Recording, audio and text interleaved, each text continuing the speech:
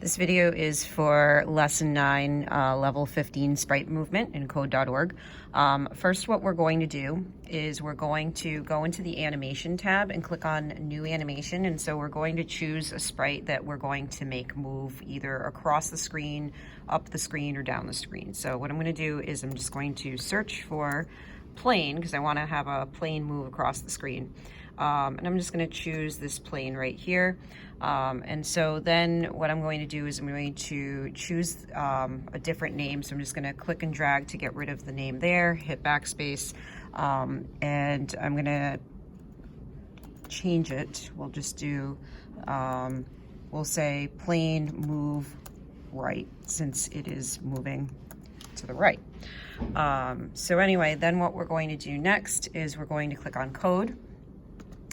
And we're going to start coding. So first what you're going to do is you're going to click on the sprites menu and you're going to have to create the sprite and set the animation. So we're going to click and drag the VAR sprite, and then we're going to change it so that it says VAR plane. So since we're working with a plane, and then we're going to then set an animation. So we're just going to drag the set animation.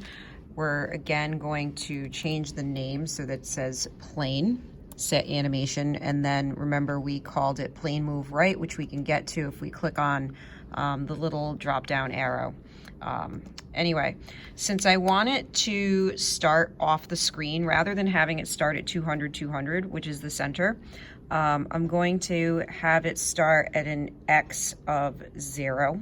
That way it moves all the way across the screen. So I'm just going to change that 200 to a 0.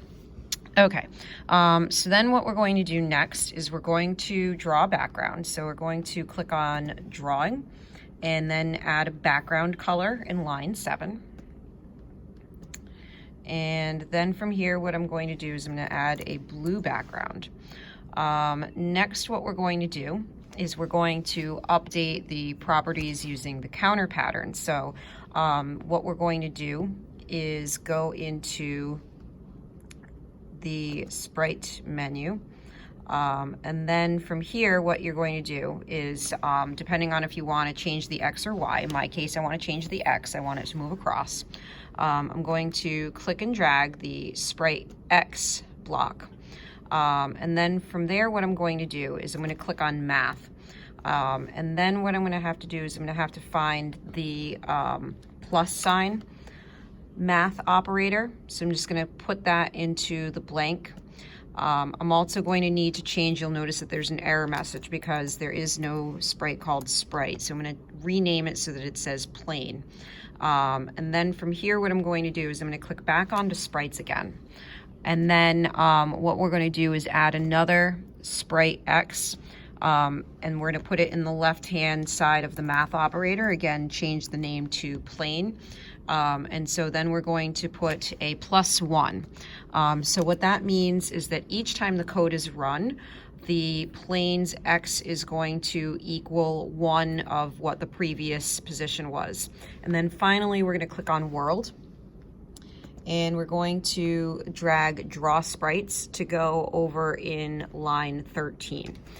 So then if we click on run, now what'll happen is our plane will move across the screen. You'll notice that it moves kind of slowly because it's stopping at every single point along the coordinate grid. So if you wanted it to move faster, say for example, we can skip count by 5s and put in a 5 there and then reset and run. And that's going to make it move faster. But anyway, that is it.